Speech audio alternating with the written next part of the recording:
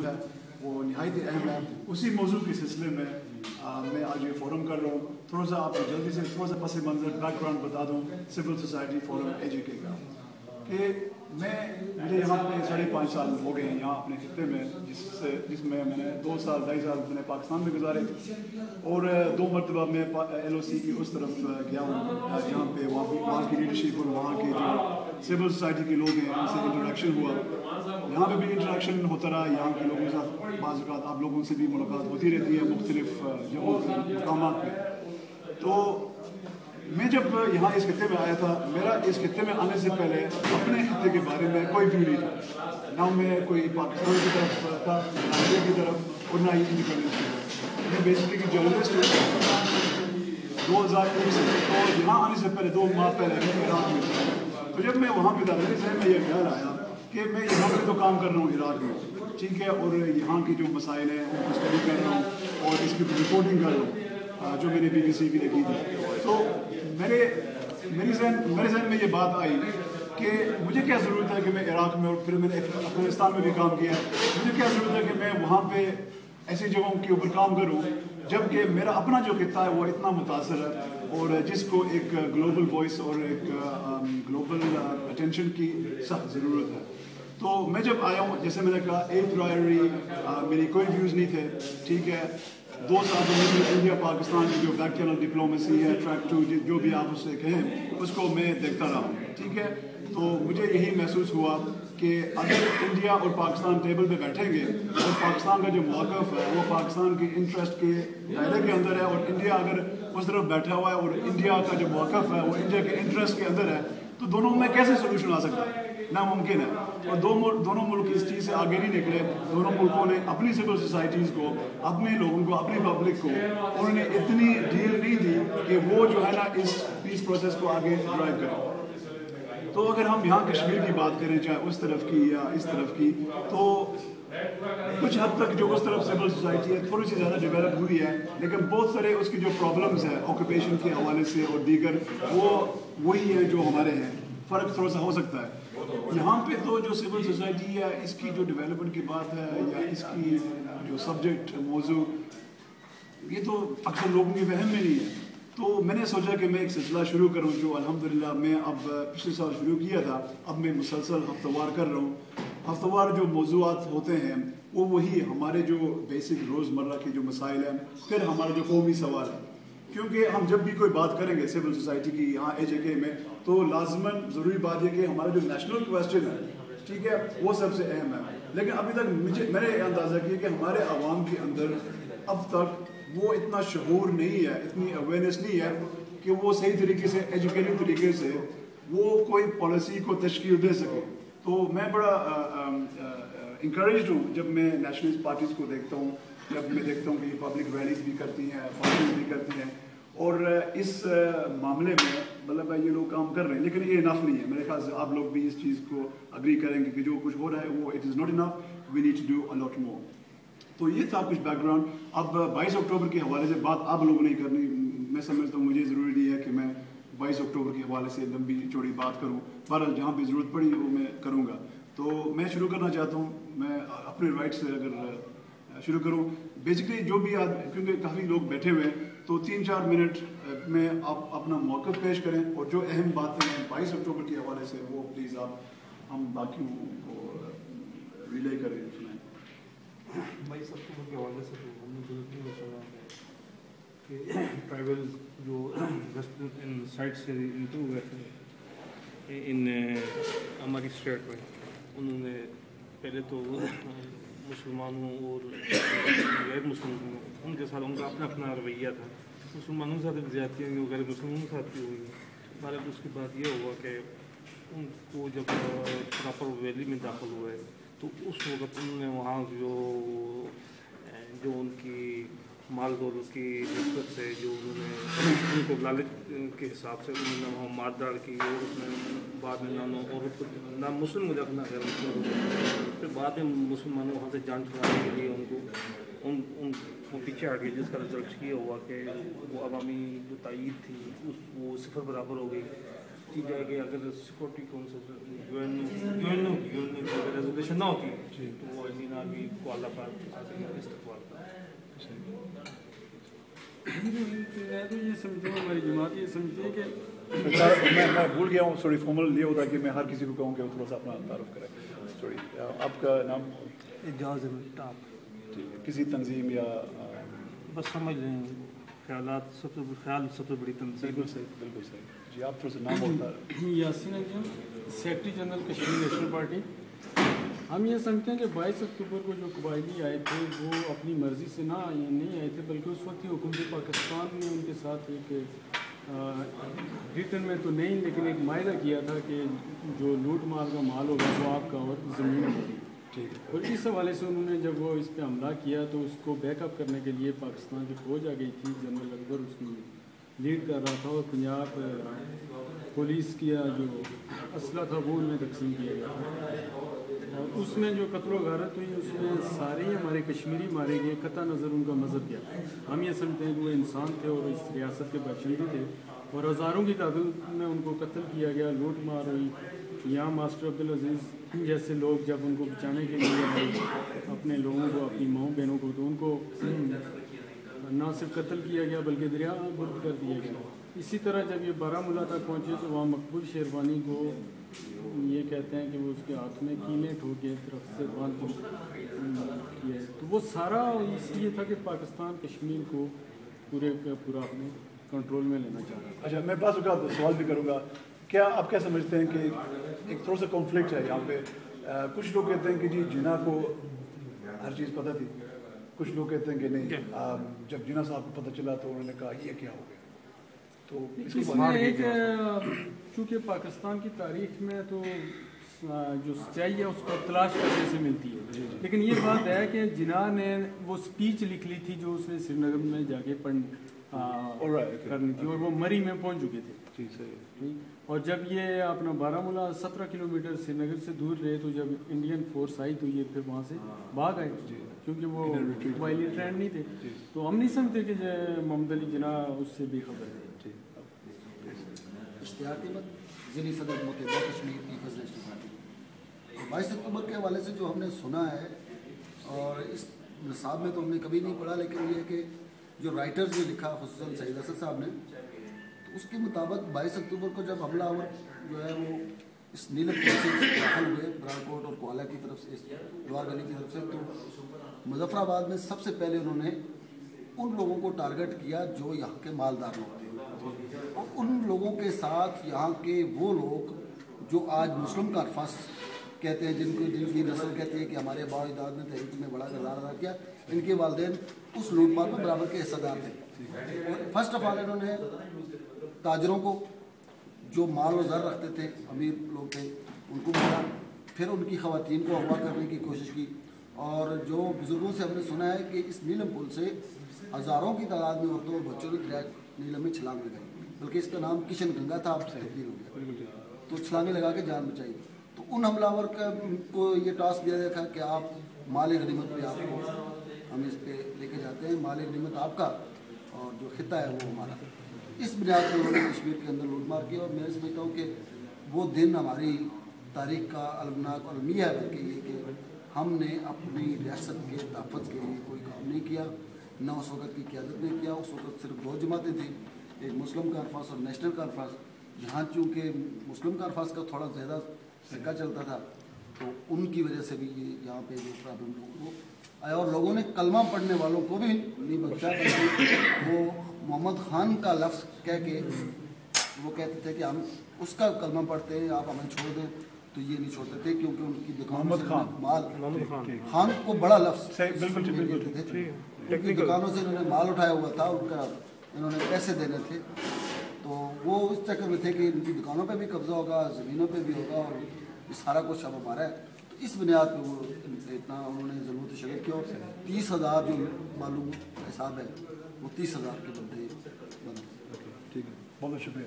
राजा माजिद अफसर TNP से हूँ, जर्नलिस्ट भी हूँ, डेली सराय से। 22 अक्टूबर को हम रियासत जम्मू कश्मीर की तारीख का स्याह तरीन दिन इस हवाले से वो कंसिडर करते हैं कि अगर 22 अक्टूबर का दिन या वो वाक़या 47 को हुआ, अगर ये वाक़या पेश ना आता तो ना तो इसके बाद के जो मराइल रियासत जम्मू कश्मीर के अवाम को देखना पड़े, बिलखुसूस रियासत हमारी तकसीम हुई 3 हिस्सों में तकसीम। देखिए इस पे मैं अंदाज़ा किया कि बहुत सारे लोग कन्विंस्ड हैं कि अगर कबायली हमला ना होता तो हमारा खिता तकसीम ना होता। तो ये यानी ये बुनियादी वजह यही थी हमारी रियासत की तकसीम की, क्योंकि उस वक़्त जो महाराजा था वो पूरी रियासत जम्मू कश्मीर का वाली था, उसका हुक्मरान था, और महाराजा के ख़िलाफ़ जो बगावत हुई और हमारे जो नाम याद यहाँ पे मुस्लिम कॉन्फ्रेंस के आप कह सकते हैं लीडर थे, उन्होंने वो कबायलियों को दावत दी और फिर हुकूमत पाकिस्तान और वहाँ की वो जो फ़ौज थी उन सब की इमा पे जब कबायलियों ने यहाँ पे लश्कर कशी की, तो ये अमलन आप कह सकते हैं बुनियाद थी हमारी रियासत की तकसीम की।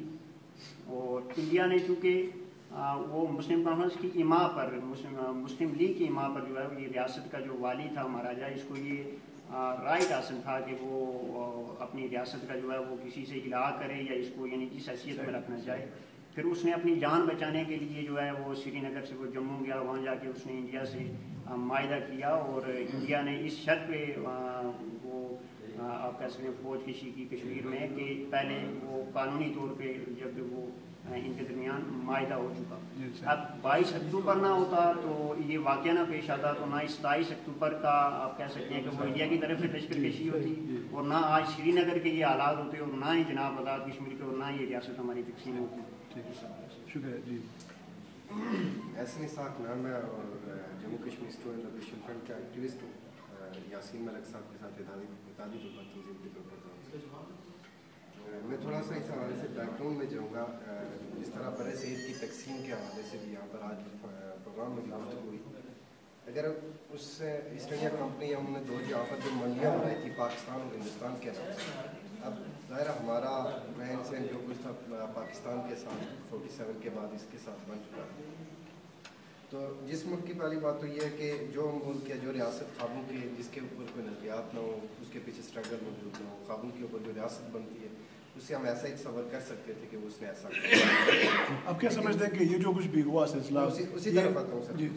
फिर दूसरी तरफ अगर 1931 में जो मुस्लिम कॉन्फ्रेंस बनी, फिर 1939 के अंदर जो रियासत की आप कह सकते हैं कि नुमाइंदा पार्टी थी जिसको नेशनल कॉन्फ्रेंस के नाम से जाना जाता, और 43 के अंदर जब मुस्लिम कॉन्फ्रेंस का दोबारा अहया किया गया जिसमें चौधरी गुलाम अब्बास, मौलाना यूसुफ शाह, ये इस तरह के जितने भी लोग थे, और स्पेशली जब 47 के अंदर दो ऐसे नाम जिनका 31 से लेकर 47 तक मौजूद नहीं था, जिनको शायद उस सरकार ने गाज़ी मिल्लत और मुजाहिद अव्वल के सर्टिफिकेट भी जारी किए हुए, ये उन लोगों की वजह से ये सारा सिलसिला शुरू हुआ था। क्यों? इसके पीछे कि एक हम उन लोगों को एक कसूरवार नहीं ठहराते कि वो उन्होंने हम लोगों पे बेसिकली आप बात कर रहे हैं क्योंकि 4 अक्टूबर से लेकर 4 अक्टूबर का हम ये दावा भी करते हैं कि हमारी एक यहाँ पर नुमाइंदा हुकूमत मौजूद है। अब एक हुकूमत होने के बावजूद एक गैर रियासती हमारे लोगों के ऊपर हमला करते हैं, कत्ल व गारत होती है, तो उस वो हुकूमत क्या काम कर रही होती है, वो किन लोगों ने बनाई हुई थी या किस वजह से बनी हुई थी? एक सेकंड,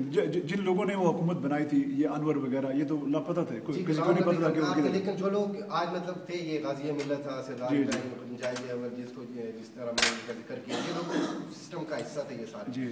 इसका मतलब ये है कि इस जो 4 अक्टूबर को गवर्नमेंट बनी थी वो भी एक किस्म की आप कह सकते हैं कि सिलेक्टिव किस्म के लोगों की गवर्नमेंट बनी थी और उनकी मंशा के मुताबिक ये सारा सिलसिला यहाँ पर भी कि वो जो हमारे क्या कहते हैं उनको इब्राहिम साहब के हवाले से ये भी सुनने में आता है, ये भी पढ़ने में आता है कि मरी के मुकाम पर उन्होंने पाकिस्तानी फ़ौज के जो सरबराह थे उन लोगों के साथ उन्होंने मीटिंग भी की थी कि आप लोग आए हमारी मदद करें, हम हिंदुस्तान को यहाँ से बताएंगे, जिससे हिंदुस्तान के महाराजा जो हमारे महाराजा थे हरी सिंह को रियासत का हमारा हुक्मरान था। ये अंदाज़ा किस तारीख, ये जो मरी की मीटिंग ये अंदाज़ा किस तारीख? इसकी कंफर्म तो मुझे डेट का नहीं पता, लेकिन ज़ाहिर 4 और 22 के दरमियान मुमकिन है इसी में हो, लेकिन ये बड़ा डिस्कशन में जरूर सही ठीक है। है क्योंकि मैं चाहता हूँ और लोग भी आप थोड़ा सा वाइंड अप करें ताकि जी आप थोड़े से उनके करीब हो जाए। ठीक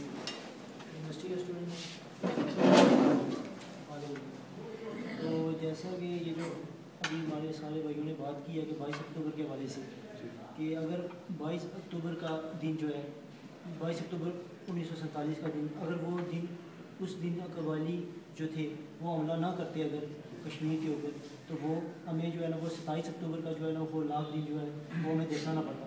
ٹھیک ہے، اس کا مطلب یہ ہے کہ جو 22 اکتوبر کو حملہ کرنے والے جو قبائلی تھے، ظاہر ہے وہ قبائلی اس میں جو ہے نا ہماری لیڈرشپ بھی شامل تھی جو موجودہ جی، اور اس میں جو ہے نا پاکستان کی آرمی اور ان کے جو لیڈرز تھے وہ بھی اس میں جو ہے نا وہ فلی پارٹیسپیٹڈ تھے. ٹھیک ہے، ان کے دونوں کے جو ہے نا رضامندی پہ جو ہے نا یہ ہمارے جو ہے نا آزاد کشمیر، یہ پورا جموں کشمیر کو جو ہے نا وہ دبانے کی کوشش کی گئی ہے اور اس کو جو ہے نا اس کی جو ہے تقسیم کروائی ہے. اس میں میں سمجھتا ہوں کہ اگر اس میں پارٹیسپیشن کی جائے کہ اس میں پاکستان کا کتنا رول ہے اور انڈیا کا کتنا رول ہے، تو میں کہوں گا کہ 70% اس میں جو ہے نا وہ پاکستان جو ہے نا وہ اس کا ذمہ دار ہے اور 30% جو ہے نا وہ انڈیا ہے. بالکل ٹھیک ہے. اوکے جی،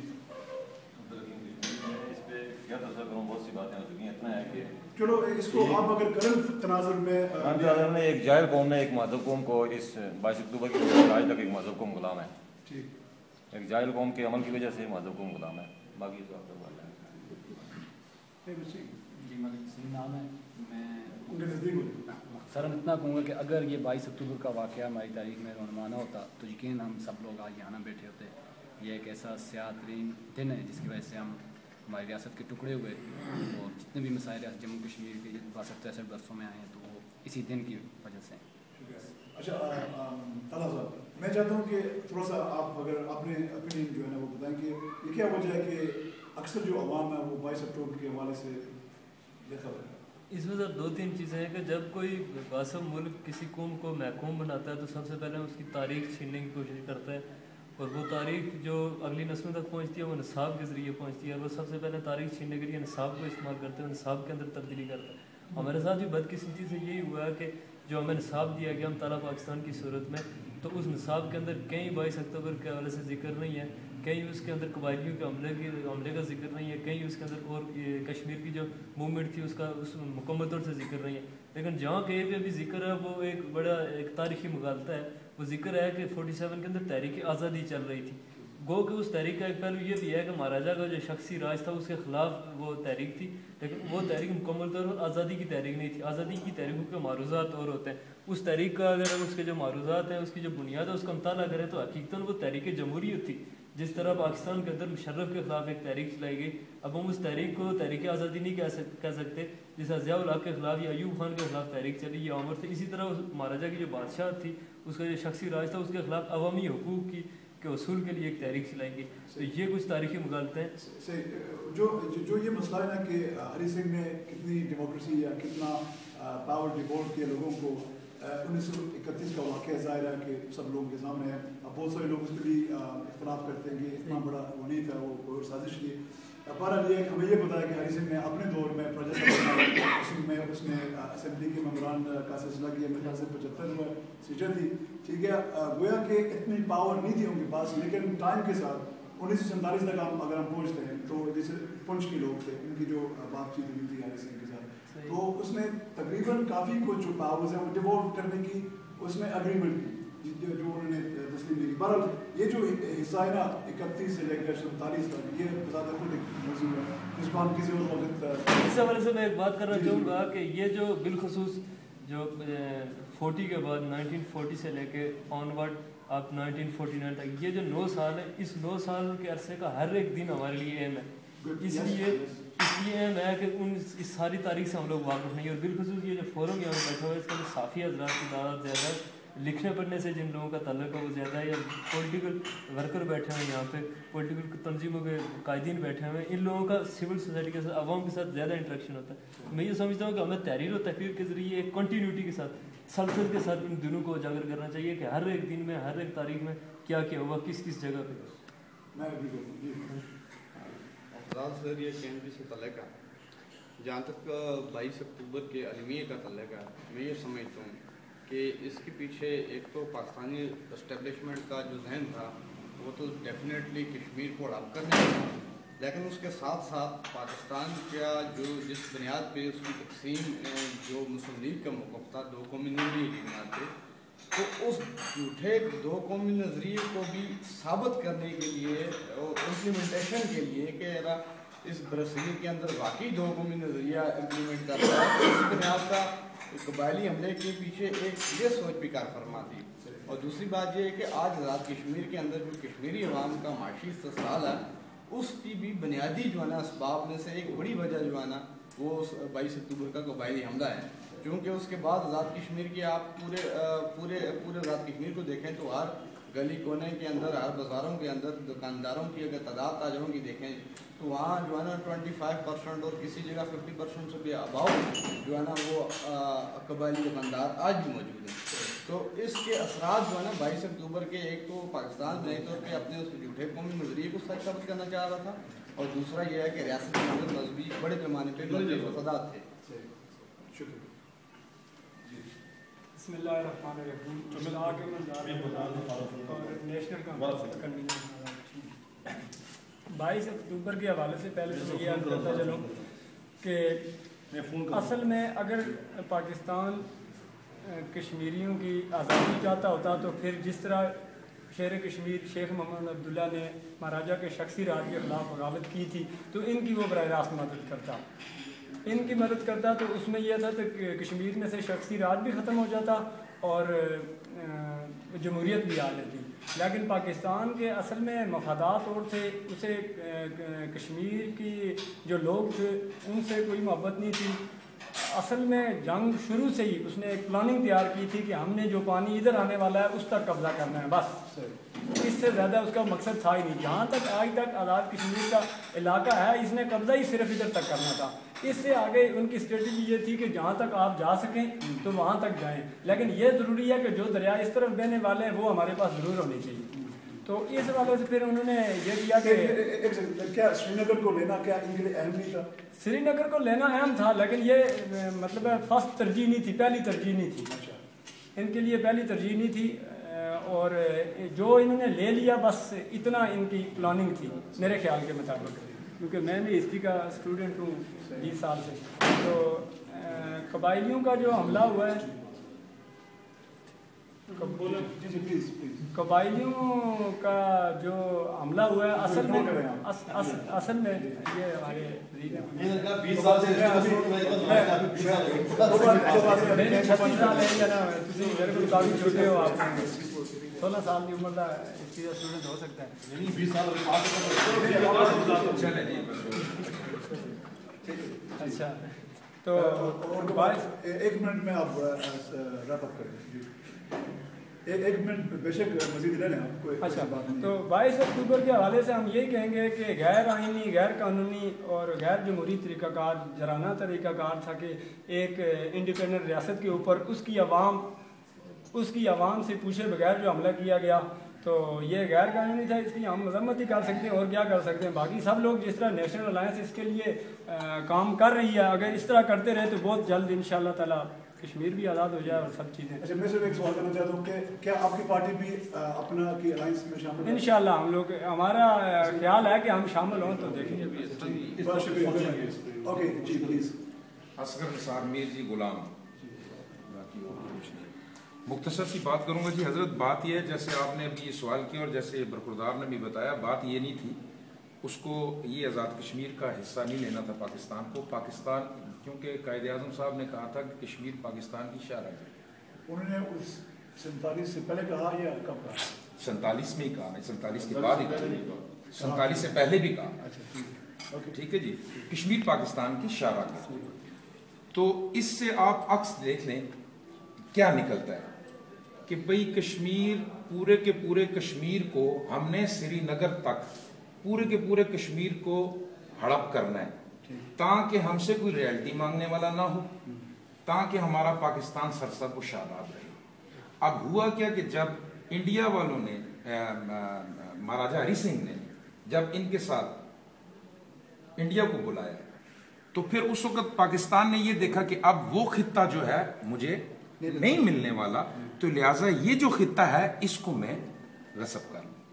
تو اس نے یہ خطہ ہمارے ہاتھ سے لے لیا، اور یہ خطہ ہمارے ہاتھ سے گیا کن کی وجہ سے؟ ہمارے بڑوں کی وجہ سے۔ جس میں مجاہد اول صاحب بھی آتے ہیں، گدھے کے اوپر بندوق چلانے والے، جس میں سب آتے ہیں، ٹھیک ہے نا جی. تو یہ سارے کا سارا کیوں آج پاکستان آپ دیکھیں سرسب و شاداب ہے تو کس کی وجہ سے؟ کشمیر کی وجہ سے، ٹھیک ہے جی.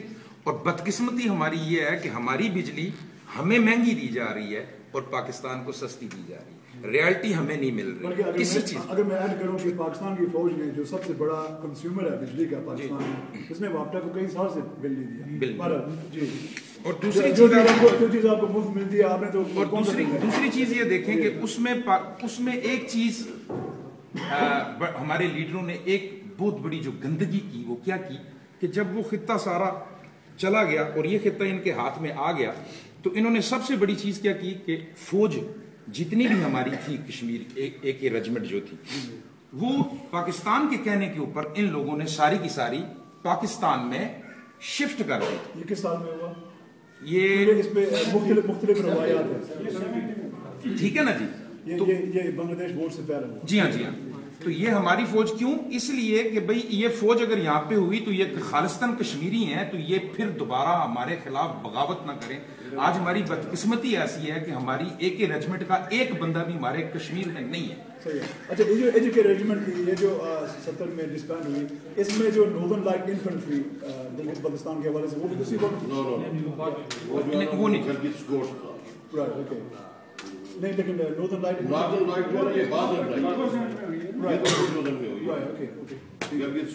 بالکل. تو اب پاکستان جو ہے فری ہینڈ ہے. اور پھر یہ سردار کیوم صاحب لوگوں والوں نے یہ جتنے بھی لیڈر تھے ان کا کیا موقف تھا اس وقت کہ بھئی جو چیز بھی ہمیں مل گئی اس وقت ملنی چاہیے وہ لے لیں.